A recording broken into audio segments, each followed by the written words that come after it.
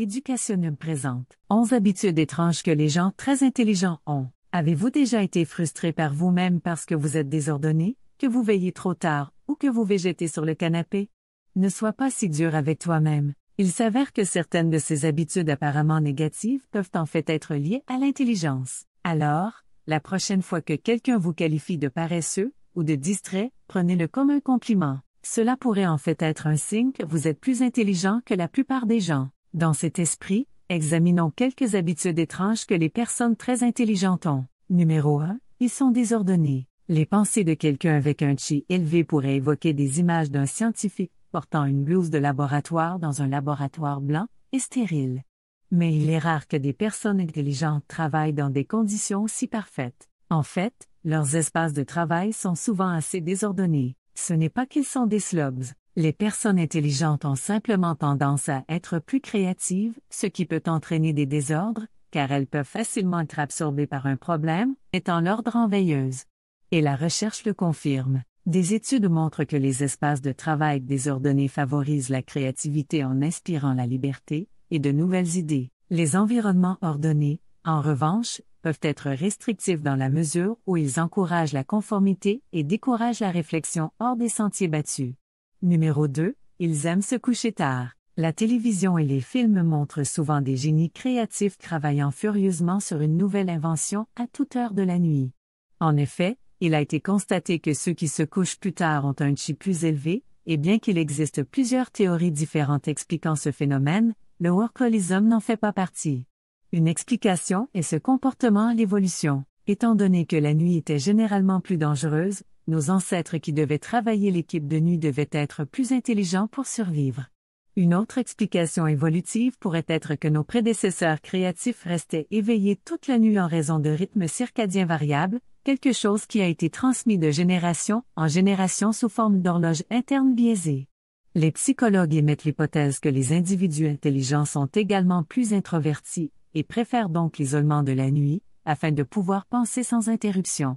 Numéro 3. Ils jurent. Les gens associent souvent le blasphème à des niveaux d'éducation et d'intelligence inférieurs, ce qui suggère que lorsque quelqu'un ne peut pas trouver un mot plus approprié, il remplit ses phrases de vulgarité générique. Il s'avère que le contraire est en fait vrai. Ceux qui connaissent plus de jurons ont tendance à avoir un vocabulaire global plus étendu et la capacité linguistique est corrélée à une intelligence supérieure. Il est donc logique que les personnes les plus intelligentes connaissent plus de jurons. Cependant, ils ne les utilisent peut-être pas tout le temps, car ils possèdent également la capacité d'évaluer quand et où il est acceptable d'utiliser un tel langage. Numéro 4. Ils prennent des douches froides. Plusieurs génies célèbres ont profité du facteur de refroidissement. Benjamin Franklin nageait dans la Tamise glaciale de Londres, tandis que Theodore Roosevelt se baignait l'hiver dans la rivière Potomac à Washington, D.C. Il s'avère que l'immersion dans l'eau froide est une pratique ancienne, qui profite au corps et à l'esprit. Hippocrate a même dit que la thérapie par l'eau soulage la faiblesse mentale et physique. Lorsque le corps est obligé de s'adapter rapidement à l'eau froide, il déclenche un choc qui pompe du sang frais vers le cerveau et d'autres organes vitaux, revigorant le corps.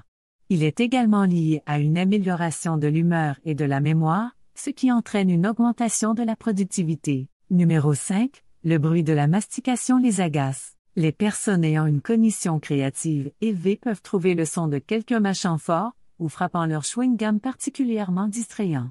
En effet, ils sont incapables de bloquer les informations sensorielles non pertinentes, y compris les perturbations auditives. Semblable à la façon dont les brainiacs préfèrent travailler tard le soir, ils préfèrent les environnements calmes car cela leur permet de se concentrer sans distraction.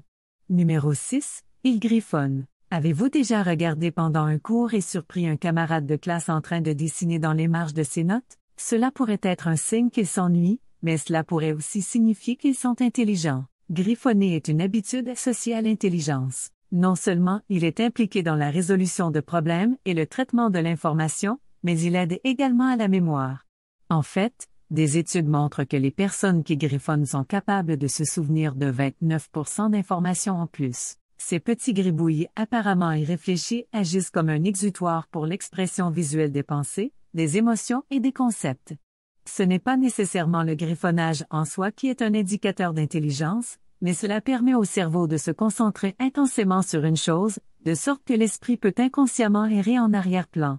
Numéro 7, il se critique lui-même. La plupart des gens peuvent associer l'intelligence à la confiance. En réalité, le contraire est vrai. Étant donné que les individus très intelligents sont plus conscients d'eux-mêmes, ils reconnaissent qu'il existe une mine de connaissances dans le monde et sous-estiment leurs capacités.